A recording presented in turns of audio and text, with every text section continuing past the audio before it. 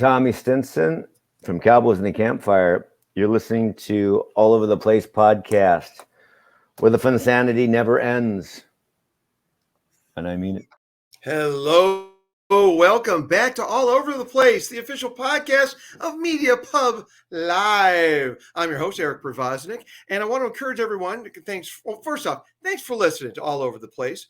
And just want to encourage you, make sure you're subscribing, liking, sharing. We appreciate all of it, and we are continuing to grow. More great guests coming, and 2024 is getting huge as well. Line everybody up. So thanks, everyone, for checking out All Over the Place. And let's get right to it. You may see in the background it's music related again. I know, big shock here on All Over the Place, but we've got another great guest tonight. But we've got our co-host back in, Jim Culver. How are you? I'm excellent, sir. How about yourself? Excellent myself. Fantastic. And Christine back again. Hello, Christine. Hey there. Hi. And Marty is there's been it's the continuing saga of technical difficulties for Marty. Yes. Hopefully we're going to keep the fingers crossed. Power is out at the Zamora household. They're fighting back and forth with it. So hopefully Marty will be joining us. But till then, we've got someone with us. And as I was getting ready for the show, 20 years I've known this guy, and he's a singer, songwriter, actor, musician, author, true crime author, a host. You've seen him on Access TV and well beyond, on Parking Lot Payday and also Top 10 Revealed. He's a mainstay there. Attack of the Doc is the documentary about it, but he was on G3's Attack of the Show way back when. And with his band Zachariah and the Lobos Riders, such albums as Ghost Signs, Alcoholiday, Hacienda, Skywriting, and also podcasts. He's done too many to count probably, but Uncle Drank podcast and the Missy and Zach Might Bang as well. With us tonight, and I'm thanking him for taking time out from not sleeping, Zach Selwyn. Welcome to All Over the Place. Yeah, what's up, guys? How you doing? I got not sleeping. Welcome. Hello. That was pretty good. You said G3, but it's G4. That's okay. Oh, it's a G4. That's okay. I'm thinking the G3 drums with all the guitars and the stuff. So thank you. Of course. G4 is Attack of the Show. Thank you. So all good. What's up, guys? And thanks for having me on. So I mentioned the Zachariah and the Lobos Riders, and I've known, again, 20 years. I've been seeing you perform L.A. and around, Tucson as well. Your home turf, and but now you're involved with another group called Country Linen. Why don't you go tell us a little bit about that project? Yeah, the Country Linen project. This is cool.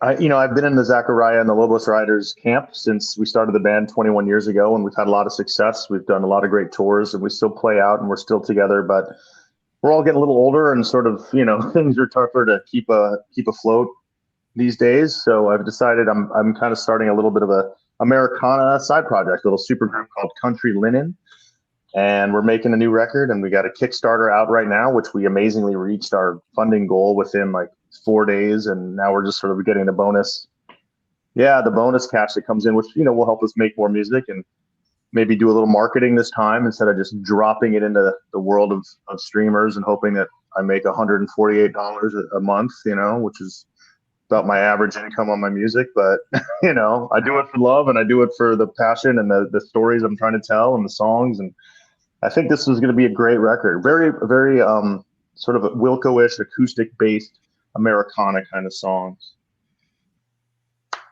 Nice. I'm looking forward to it. I mean, it's like, if you haven't checked out Zachariah and the Lobos Riders, please, just check that out. And if you want to get involved and also donate to the Country Linen Project, anything you want to know about Zach will be at www.zachselwyn.com, and that's ZACHSELWYN.com.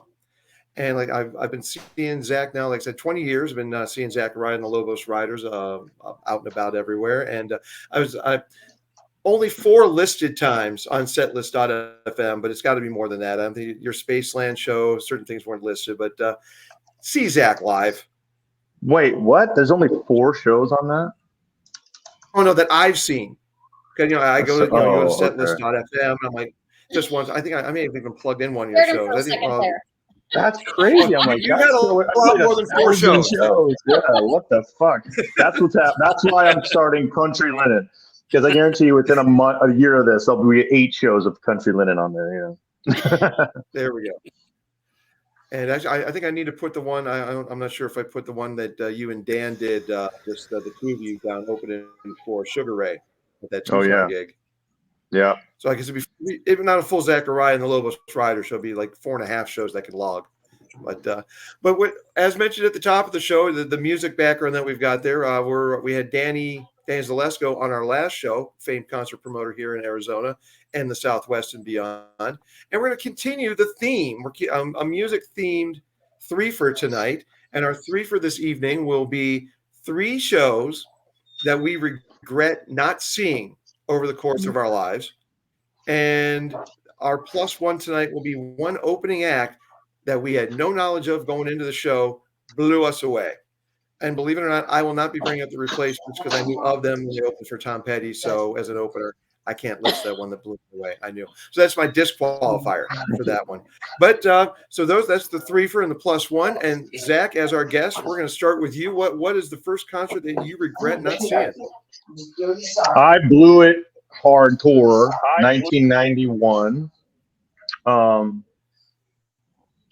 We didn't get a lot of concerts in Tucson, Arizona that were worth seeing. And the Chili Peppers came on the Blood Sugar Sex Magic tour, and Nirvana and Pearl Jam were the openers. And Nirvana and Pearl Jam hadn't quite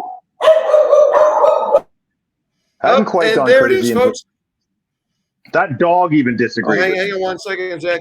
If you had the over/under on 5 minutes with the dogs interrupting the show, you are our winner tonight. So we've got to. That dog just fucking. So. He was mad at me for missing that show as much as I'm mad at myself. Zach. So we're looking at because of the dog interruption. Okay, go with that one again, saying Nirvana and. Yeah, so 91 Tucson, not a lot of concerts. Pearl Jam were opening. Yes, not a lot of concerts came through Tucson back in the day. You had to pick and choose. You didn't get to see very much. So the Chili Peppers came, and they were doing the Blood Sugar Sex Magic tour, which is, of course, the hugest record in our high school. And the 2 opening bands were Nirvana, who had just hit with Smells Like Teen Spirit, and Pearl Jam, who hadn't quite hit with 10 yet, even though I was a much bigger Pearl Jam fan than I was a Nirvana fan. But for some reason, I was like, I think I'd rather go see Sting in Phoenix. And because I loved Sting back then, too. I was a little bit of a sensitive man, I was listening to Fields of Gold as much as I was listening to Nevermind. And I basically decided that I would choose my concert that year, and it would not be the Chili Peppers, Nirvana, and Pearl Jam. It would be Sting. And of course, I didn't even get to go to Sting because my mom wouldn't let me go with my girlfriend to Phoenix alone. So ultimately, I ended up seeing the Beastie Boys, which was fucking dope. Check Your Head tour. But I did miss seeing the Chili Peppers. I've seen since, fine. I've seen Pearl Jam, Nirvana, of course not. So that was a big miss in my life, was missing that show, especially because, within a couple of years, Kurt was dead and Nirvana was done. Wow. Well, I'm not sure if this will make you feel better or worse, but on that tour, we didn't get many shows in State College at Penn State at the time. Now everything comes there. But it was Chili Peppers, same tour. Chili Peppers, and opening that night were Smashing Pumpkins and Pearl Jam. I could have worked the Spotlight on that show, being a theater guy, and one of my friends was working the Spotlight. He says, I need someone for second. And I said no. And my reason, I loathe the song Under the Bridge. I gave up the entire night because of Under the Bridge. Yes, I'm a dumbass. I won't deny it. So, yeah. Yeah. So I mean, I'm not a huge Under the Bridge. I'm not a huge Under the Bridge fan either. And missing the Chili Peppers didn't hurt me as much as Pearl Jam and Nirvana. And when I saw Pearl Jam, it was 15 years later. The magic was still there, but it wasn't the magic of what that 10 tour was. And man, right, that's just one of them. I always used to joke around. I'm like, yeah, I've seen Bob Dylan 3 times. I've seen Big Head Todd and the Monsters 36 times. Like, what the fuck? What are my priorities? I follow where the girls I'm dating. And Sting 12 times. The girls I'm dating, I followed where the girls I was dating wanted to go. So they want to go see Big Head Todd, I go to that. Anyway, that's my first one. Who's up next? Well, I also saw Sting when he opened the Palace at Auburn Hills in '88, right up the road, I-75 in Michigan that night. Guns N' Roses was opening for Aerosmith. I chose Sting that night as well. So. Wow. Okay. But enough of coincidental concert heartbreaks, and we're going to shift now over, going counterclockwise to Jim. All right. My first pick is a band that's technically still touring, but The Doors. They I major regrets not seeing them when Ray Manzarek, and I apologize if I just butchered his last name, was still alive and still touring with them.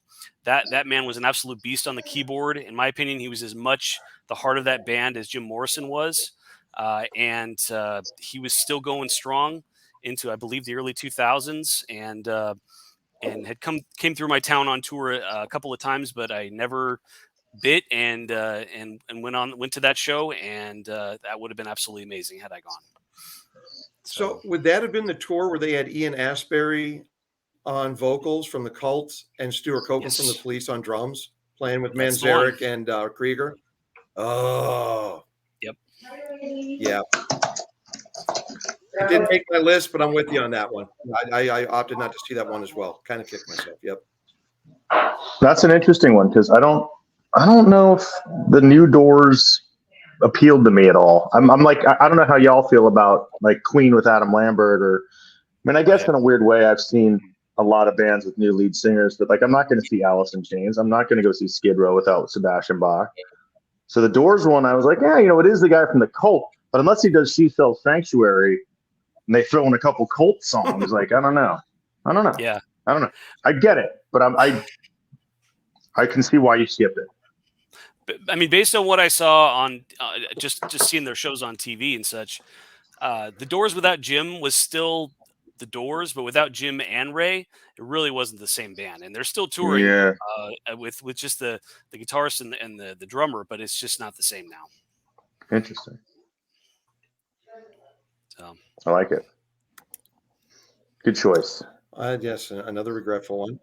So, Christine, up to you. Okay, well, for my first one, I was a little bit of a latecomer to this band, and I just really regret that I didn't get to see them play live. Of course, it's the band that more or less got Eric and I together, and since then, we've been able to interview both Tommy Stimson and Peter Stinson and Peter Jesperson, so slight little bit of redeeming quality going there, but I never got to see the Replacements. And being somebody from Chicago where they played there all the time, and Summerfest, I don't know what I was thinking. Did you never saw because they just reunited a couple years ago. Never saw the Replacements live. You didn't go to the reunion tour that just happened about 10 years ago? Totally. I was married. That's all I can say. I was married. He had was leaving on his waiter. Say no more. Yeah. Well, you were at that reunion show. You were at one of those nights over at Pantages, right? No, not Pantages. It was at Palladium. Palladium. Palladium, yeah. It wasn't great. It wasn't great. It was short. Oh, it was I thought about you a saw 42 minute set. Yeah, you saw night one. Night two was better. John Doe was on fire both nights, though. Yep. Yeah, they were back together. I wasn't going to see them. There was not 2 nights ago. Time about 20 years ago, I was sitting in that place, Chibo, which is a very overpriced 3-star restaurant in Hollywood. And I was at the bar with my girlfriend, now wife at the time, and we were eating pizza next to this cool dude. And he looked at me, he's like, I know you, man. I fucking know you. How do I know you? And I'm like, I don't know. Maybe my band. I don't know who he is. Like, I don't know your band. Who's your band? I tell him. He's like, eh. Then I'm like, I don't know. Did you watch that ESPN show I was on? He's like, fuck, nah. I like sports. Maybe that's not it. He's like, what else? I'm like, I don't know, man. I'm just starting out in this business. I'm like, what's your name? He goes, Tommy Stinson. And I'm like, oh. And he was playing with Guns N' Roses at the time. I was like, who are you playing with right now? He goes, Guns N' Roses. And I was like, holy shit. So I was like, and I wasn't even a Replacements fan at the time. I that band like skipped me over until I was about 28 years old, and then I got into the I was like, I better check those guys out because I have to tell you, Eric, if there's a band you got me into, it's fucking the Replacements, and thank you so much. Really? You said to me something like, yes. You said just go by, Let It Be, right? Is that the name of the record? Either Let or probably Pleased to Meet Me. That would probably. Or Tim. I'm more of a Let It No, Be. Tim would be person. better for you because of Here Comes a Regular. That one That's I it. can see. You said go listen to Here Comes, and what's the other one? Hanging Party. What's that called? Suicide. Oh, swinging Party down the lane. Yep. And so I got Let It Be first because that's what the guy at the record store told me to do, and then that was that's an easy way into the Replacements, and then I branched out. Anyway, there's that story. Yeah. Now Glad that to we've had help. Tommy on this show, I can visualize that conversation in my head now. Right? Yeah. Yeah. Did he maybe know you from Dead and Breakfast? We didn't. I guess you didn't get to that stage. So we didn't get that far. I think it was ESPN because he was sitting in there watching basketball and like he was pretty into it. Like he's that kind of maybe a secret sports fan. I don't know.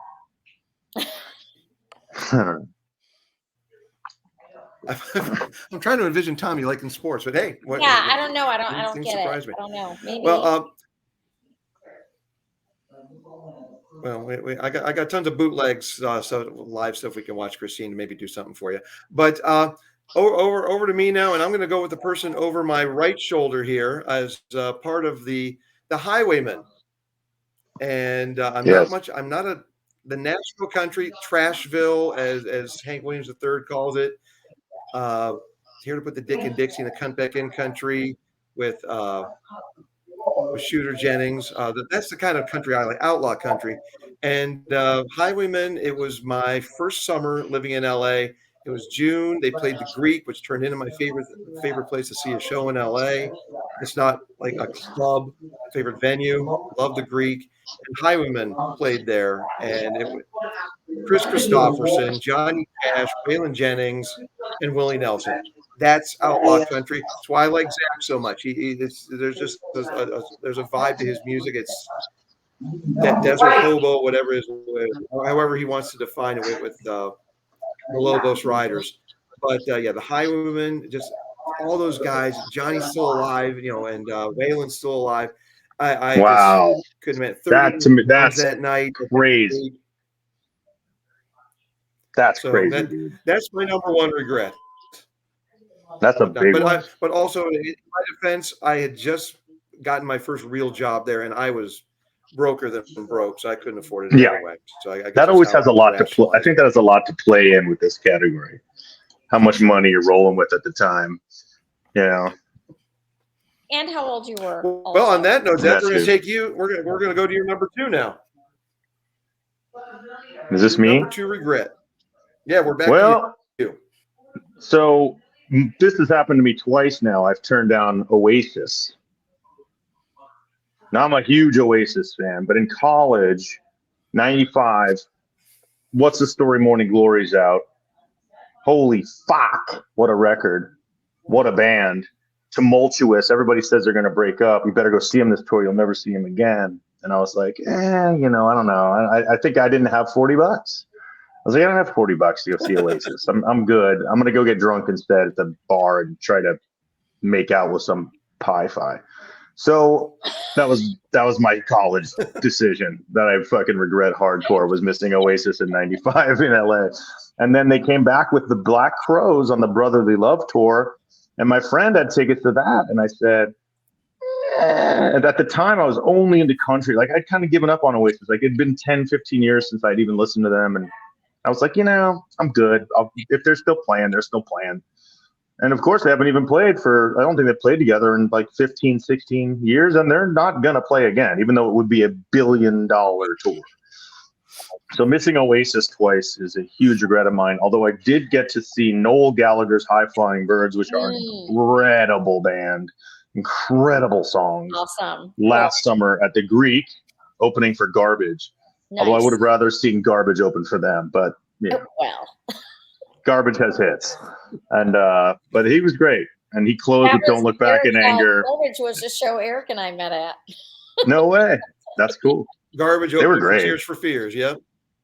Oh wow, that's awesome. I love that show. Again, here we go with coincidences again, folks. And Zach, I was at that tour of Brotherly Love at the Greek. And I believe Space Hog went on coach, if I'm not mistaken. Space Hog. Yeah, that was the one. But the Oasis did I'm not a fan, but they did an amazing "I Am the Walrus." Wow. Yeah, dude, I'm a huge fan. I got beyond what I thought I'd ever get into with Oasis. I thought I was done after the first couple records, but then when I got into the deep cuts and Noel's solo stuff in particular, one of my favorite bands. Big regret. All right, well, regret number 2 to Jim now. Well, my second pick goes back to what Zach just said about, the circumstances at the time, having enough money, being old enough, those kinds of things.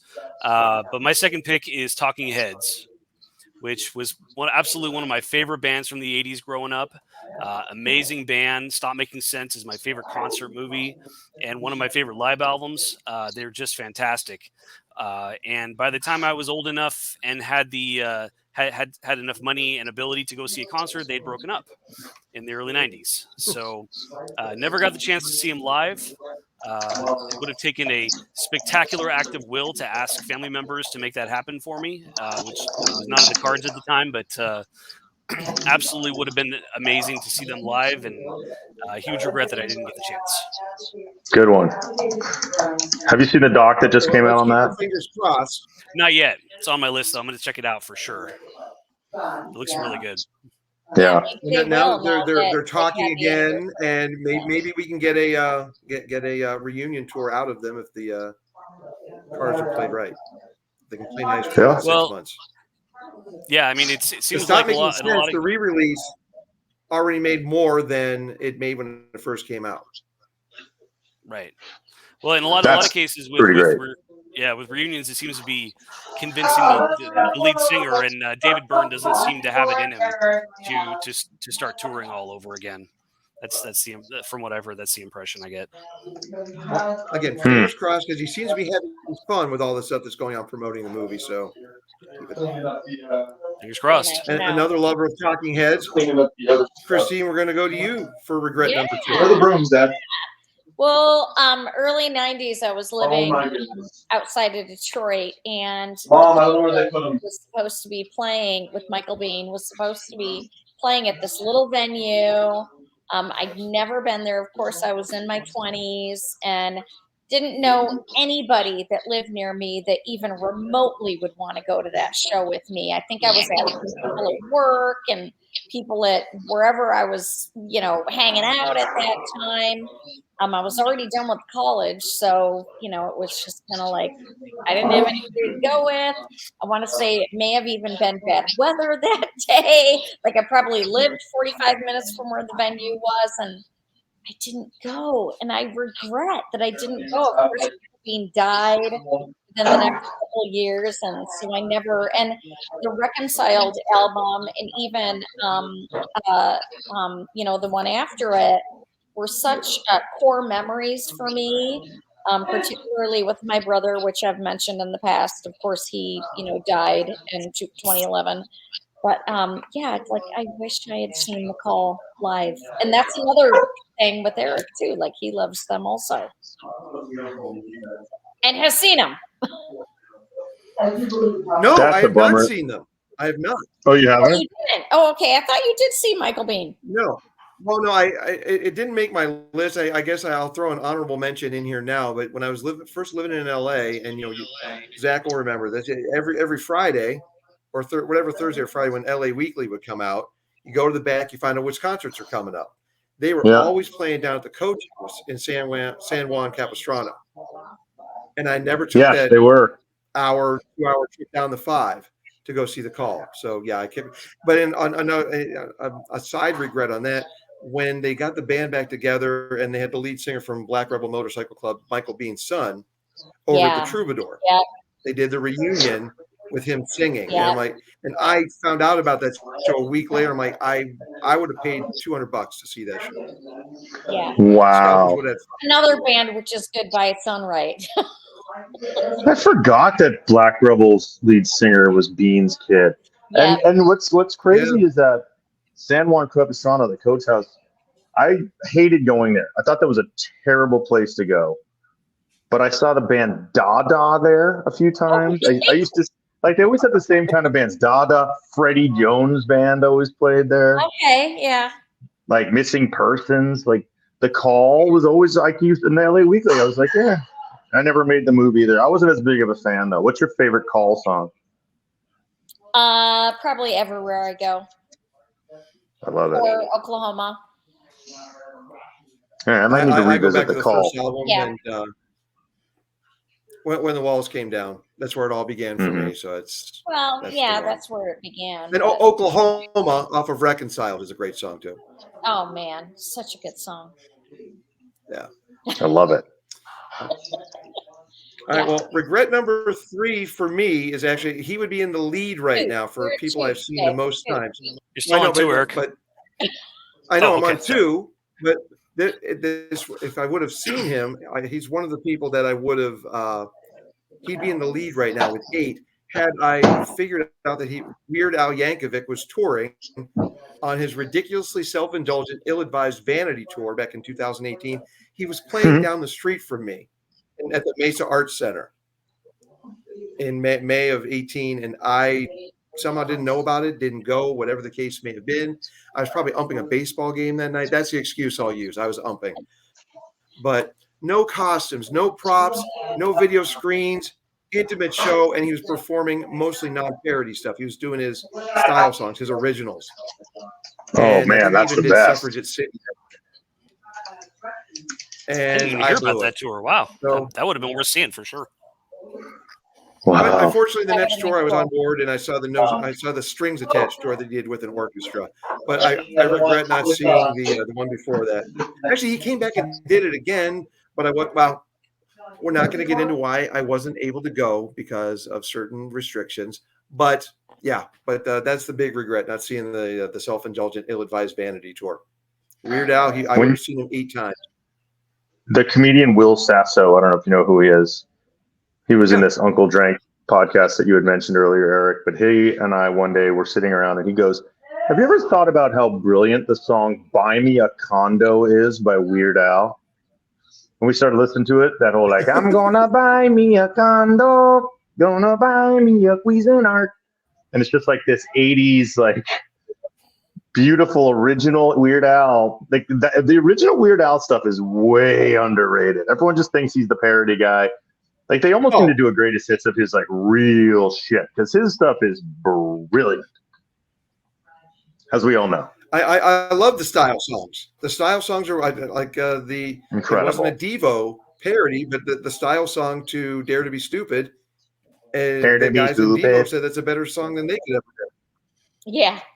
But yeah, Devo should have covered that song. Well, enough with the Weird Al. Let's go on to our third regret. In '88, 3 Feet High and Rising came out. De La Soul, probably one of the greatest hip hop records of all time. They used to call it the Sgt. Pepper's of the hip hop world.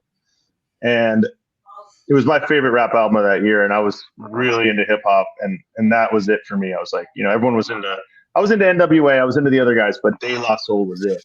And I felt like I'd see them live, but they didn't even come close to Tucson. Cut to my freshman year of college. I'm in LA. They're playing the Palace with Tribe Called Quest and with Souls of Mischief. And they're playing on November 27th. So this is fucking 30 years ago this week.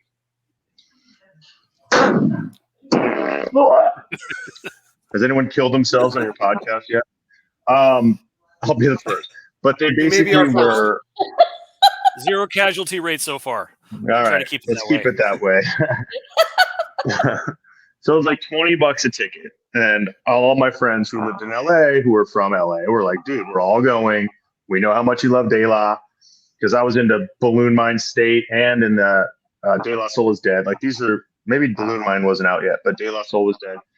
And they're like, we're all going, dude. This is going to be the concert of the year. But of course, me being Mr. Tucson guy, my mom wanted her freshman. I was only out of college at this point for 3 months. My freshman year, she wanted me home for Thanksgiving. So I came home. I think it was Thursday and the concert was Saturday. So I sat in my home in Tucson doing nothing, like drinking like 3 beers and like going outside to sneak joint pulls as all my friends are at De La Soul at the Palace with Tribe and Souls of Mischief. And I, to this day, if I could have skipped that, I mean, look, it's good to go home for your first Thanksgiving out of college. Yeah. But I look back at that so much because all those new friends of mine were like, dude, you missed the greatest night of our lives. We met all these girls from UCLA and all. And I was like, I sat at home and ate leftovers. Wow. So that was like Saturday. It was November. I just looked it up. November 27th, 1993. $20 to see De La Souls of Mischief and Tribe Called Quest. Damn. Wow. Wow. What a show. What a deal. Yeah. Okay. Zach, please don't kill yourself after all these stories tonight. Please don't do that. Yeah, what are you guys trying to do to me? Plus one to make yourselves feel better. What are you doing? Plus one coming around soon to make you feel better. Yes. Thank you. So, Jim, over to you for another depressing story. Got to bum you out going into Thanksgiving. That's the plan. All right, my third is a band that was easily my top 3 favorites that I got into in college. And then right after college, I moved to Seattle, and this band came through, and I did not go to their show because I was broke and focused on other things. The Pogues came through, and would have been absolutely amazing show. Yeah, like Rum Sodomy and the Lash was one of those albums I just listened to on repeat in college and was crazy about. And yeah, it's just one of those bands you figure, well, they'll come through again sometime. And, you know, I didn't know, of course, 10 years later, they were going to stop touring forever.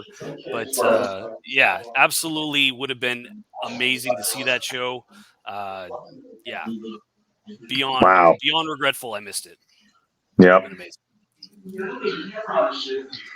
Damn, Shane McGowan still alive. Tonight, Jim, on, hard to tell, but still alive. Yeah. Right. But I'll drop the needle on If I Should Fall from Grace with God for you tonight. Fair enough. Okay. All right, Christine, to you. Okay, well, before I do my top one, I want to do a little honorable mention because I have not seen this act or this person live yet. They do tour now and again, although I do hear that he's a super prima donna. Even if you get a ticket, you might see the show, you might not. Depends on how he's feeling that evening. So Peter Murphy, I have never seen live. Would love to see Peter Murphy live. Probably never will, but that just, you know, whatever. I would have loved to have seen him. Love Hysteria or Cascade or any one of, you know, Birds Fly, any one of his albums I would have loved to have seen, but probably never will, but it's okay.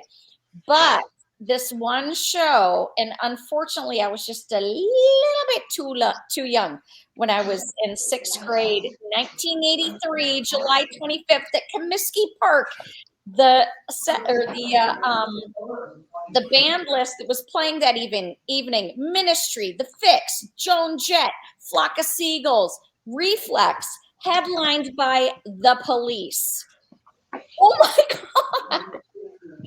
I was only a couple years older. Both my sisters went to this show. I remember because I was a big music girl, and like I was all over with all of those bands, was all into it, couldn't go. I was too young. Oh man, what a show. Can't believe I missed it. And I never got to see it. Although I've seen Sting play a couple times, which is great, you know, big Sting fan also, but Police is like probably one of my top 5 bands of life, and never got to see them play together. Wow. Now, What were you going to say? I would have liked to have seen. I was going to say I would have liked the Synchronicity tour, but I'm glad I did get to see them in 2007 on the reunion because Foo Fighters opened that show at the Dodger Stadium. Wow. And that's where I turned in. That's where I'm like, I was a casual Foo fan, but once I saw what Dave Grohl did that day, coming out into the audience, running. So you're getting a little bit into our one +1 topic there, but yeah. That's not one of the opening acts, but I became a huge Foo Fighters that day. Is what they became I'm buying them the day they come out stuff. But to have seen the Police back in Synchronicity, Ghost of the Machine, all that, yeah, that's prime Police when they were killing each other and not collecting the paycheck in 2007, being a little nicer to each other. Right. But, yeah. All right, so we've got. So I listed a honorable mention earlier, so I'm going to skip my other honorable mention. I'm going to go right to my number one. Fortunately, I did get to see them earlier this year, but The Cure, to have seen them on what is it, May 23rd, 2016 at the Hollywood Bowl. Sorry. May. I thought you were saying this year was May 18th. So. I'm not talking this year. Clean potato out your ear. We can edit that out. No, we'll leave that. May 23rd, 16, and it's something about May and the Cure, apparently. But the Hollywood Bowl, they played 5 songs from Disintegration that night. The night before, they focused more on Disintegration, but they focused as much the next night on my favorite Cure album, Kiss Me, Kiss Me, Kiss Me. They played the usual Cure playing encore after encore with 3, 4, 5 songs per encore. But yeah, had tons of friends who went to it. They're like, "Why weren't you there?" I said, "Well, we're not going to get into why I wasn't there, but let's just say that factor no longer matters." So there's a better factor now. So I got someone who goes to concerts with me now. So but that's my number one regret. Not just saying screw it. I'm going to see The Cure. It's the Hollywood Bowl. It's not the Greek, but it's the Bowl. Still a damn fine venue, except for parking. But yeah, that's my number one regret. Big one. It's a good one. But hey, let's flip the script now, and let's turn our frowns upside down, as they might say in elementary school, and let's go with our one opening act that just blew us away, and we became fans that second. Zach, here to you. I hope mine's not. I mean, I hope mine's not too easy. But it's sort of the most obvious, I think, but it's the only one I can remember because I'm always the kind of guy who sort of knows the opening act, or I look them up before I see them and make sure I check out some of their songs so I can catch something I get familiar with if I'm sitting in the show, or I'm drinking in the parking lot and I miss them altogether. But I did see the Motley Crue Guns N' Roses tour way back in the day. It was one of my first concerts. And I was sort of a Motley Crue fan. I wasn't a huge Motley Crue fan, but they were the headliners, and Guns N' Roses were the openers. And I think by the end of that tour, Guns N' Roses were the headliners, and Motley Crue were the openers. And it was obvious from the minute I saw Guns N' Roses, I was like, "Holy fuck! Who are these guys?" Like, there's no motorcycles on stage. There was no like leather diaper on the drummer. I'm like, these dudes are hardcore. And immediately I was like, F Motley Crue, these cheese dicks. I'm into that guitar riff. I'm into that fucking Slash guy. I'm into this band. And I had to go with my older brother and his sister, who was older than me too. And my stepbrother and stepsister. And they were all into Crue. And by the end of it, we all bought Guns N' Roses posters and t-shirts, and we were like, that's it. So I was 12. That was my second or third concert ever. Eating pizza next to their bass player at the time in Guns N' Roses. It all came full circle. What's that? It all came full circle. You were eating pizza. Oh, that Tommy Stinson. Yeah, one day I got to. Yeah, not Duff, but Tommy. Yeah, not the original bassist, but a replacement bassist. That's true. So, but yeah, that was a pretty incredible thing, and I just remember that was when I used to go to shows early and sit around and like try to catch a drumstick after like the sound check. And now I don't even go into like 5 minutes before the guys play.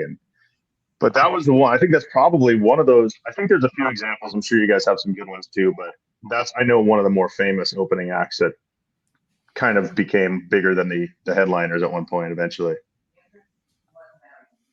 That's cool to see that happen. It doesn't happen often. That's right. That's one where it definitely did. So, yeah. So good. No more guns, no more casualties, no more guns in Zach's mouth. Now we're talking happy stuff. So, very good. Maybe some roses. Now, No more yeah. Now, give me some roses. Jim, over to you. All right, my pick is it's a band that I was familiar with, but seeing them open at a show really kind of deepen my enthusiasm for them and as a fan. The Proclaimers.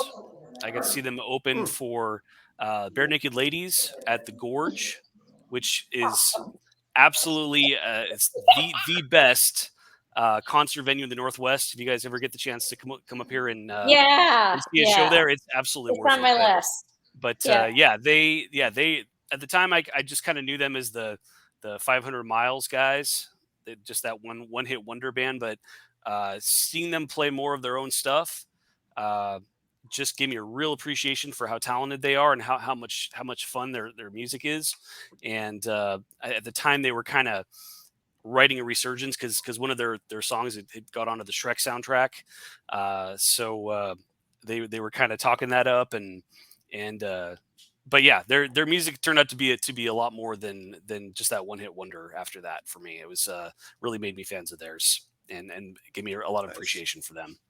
So that's a good one because I've never heard any other Proclaimer songs, but I would walk 500 miles. Most people could say the same, but yeah, their other stuff is pretty good too, actually. Yeah, I don't know too much by them, but I'll tell you that other band that you saw them with, I've seen more times than I care to share, probably, because they used to come all the time. The college I went to outside of Detroit, they used to go there every year, and they were a big favorite in Chicago area. The radio station I used to listen to loved Bare Naked Ladies, so I used to go their Christmas show. They'd play all these different outdoor venues and stuff, but they put on such a great show. Good. Oh my gosh, they're super fun to see. Yeah, but the Gorge, I am familiar with it, and that is on my bucket list for a place to see a show. I've never been there and have always wanted to go. Well, we've done Red Rocks. We can make Gorge our next big concert venue. That's right. Yeah. Who'd you guys see at Red Rocks? Jason Isbell. Oh, you're gonna love and it. We also saw Angel Olsen open for him, and I was surprised. Angel Olsen was pretty darn good. Let me give another shout out to Eric Porboznik for getting me into drive-by truckers as well when I was about 27 years old. And he said, listen to this one. And it was Danko Manuel. Because I'd listened to a lot of Patterson Hood stuff, but I didn't know who the other guy doing the other voices were. And I'm like, this song's incredible. And that was my first introduction to Isbell, probably around like 2005, whenever that album came out, and 2004. And then from that point on, I'm like, well, this is my guy here. And then Sirens of the Ditch came out. So another guy that Porboznik threw into my atmosphere back in those days was Isbell. I thank you, Zach, for validating that I'm not the tastemaker Peter Jesperson is, but I do have some sway sometimes. So that's turned me into an Isbell I'm glad fan. to help. So yeah. Eric, I believe, is a true music evangelical. Yeah. Yeah. I like that. His new album, Weather Vane, if you haven't listened to it yet, you need to get on it. It's awesome. It's really good. Oh God, Weather Vanes, it's a fucking masterpiece. That's amazing. It is. It is a masterpiece. In a white Beretta. So good. Yep. Well, between the Drive-By Truckers Decoration Day in 2003 and your Ghost Signs in 2003, as I've told you before, I'll say it again, that got me through my first divorce. So however I can return the favor with Isbell, I'm glad to help. So yeah. Yeah.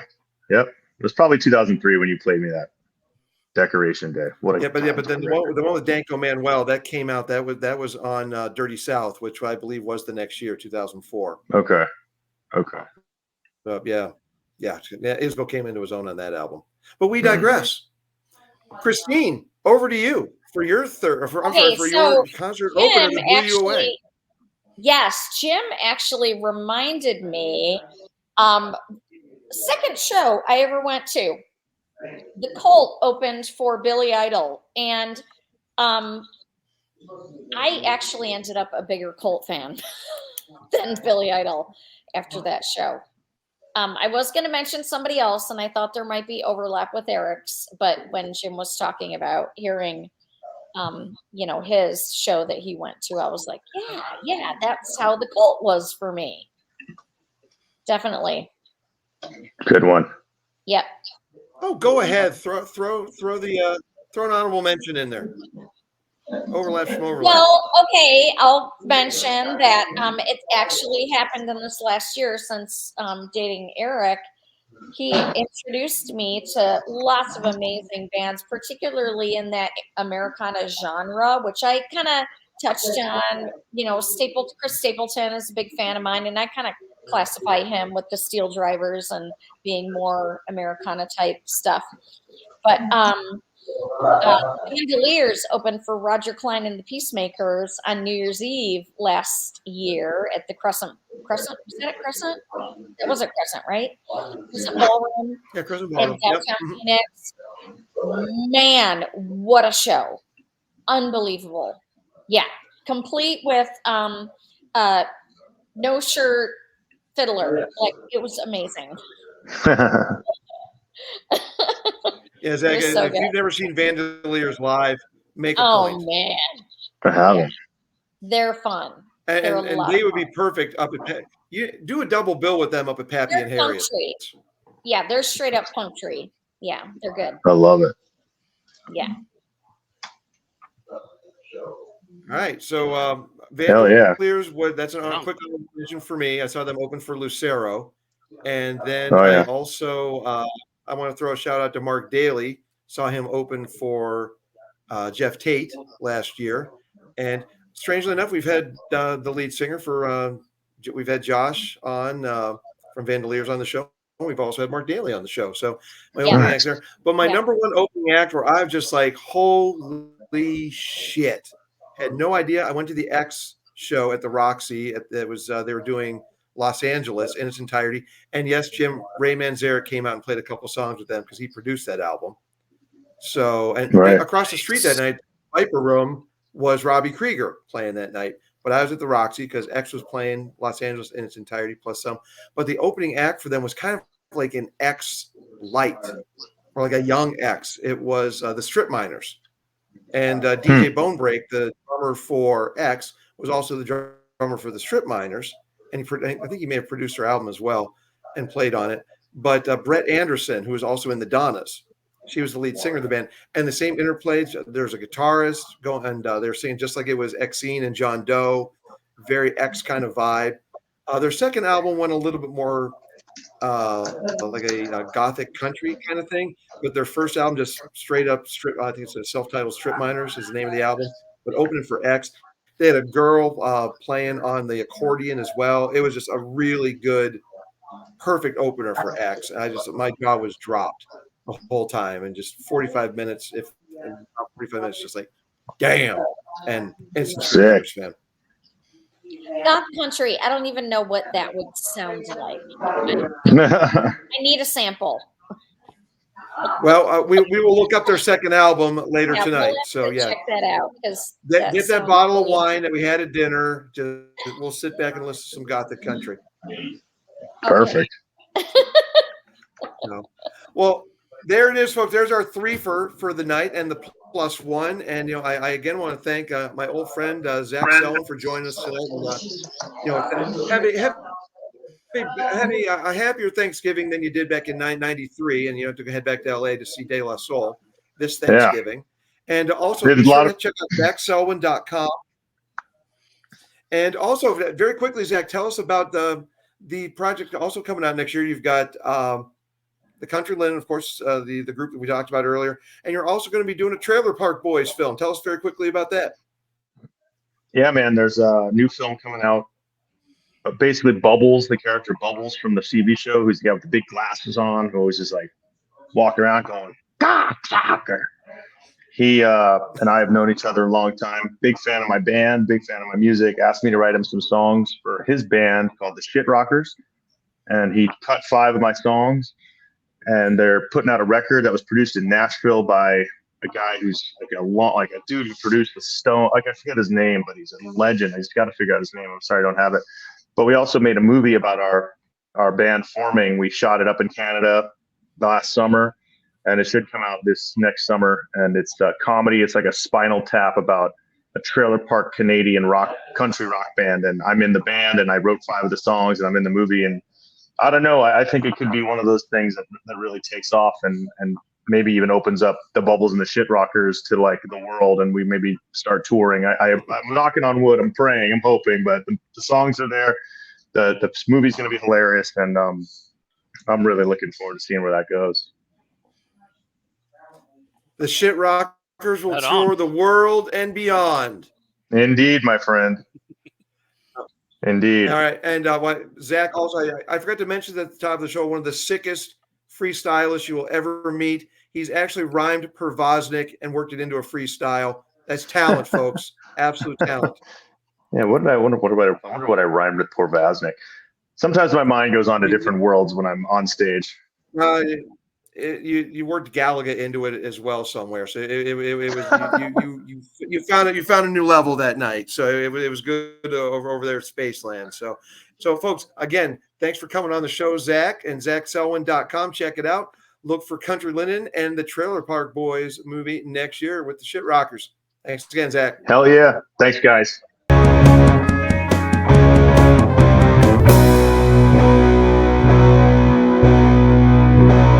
All over the place, where the fun sanity never ends.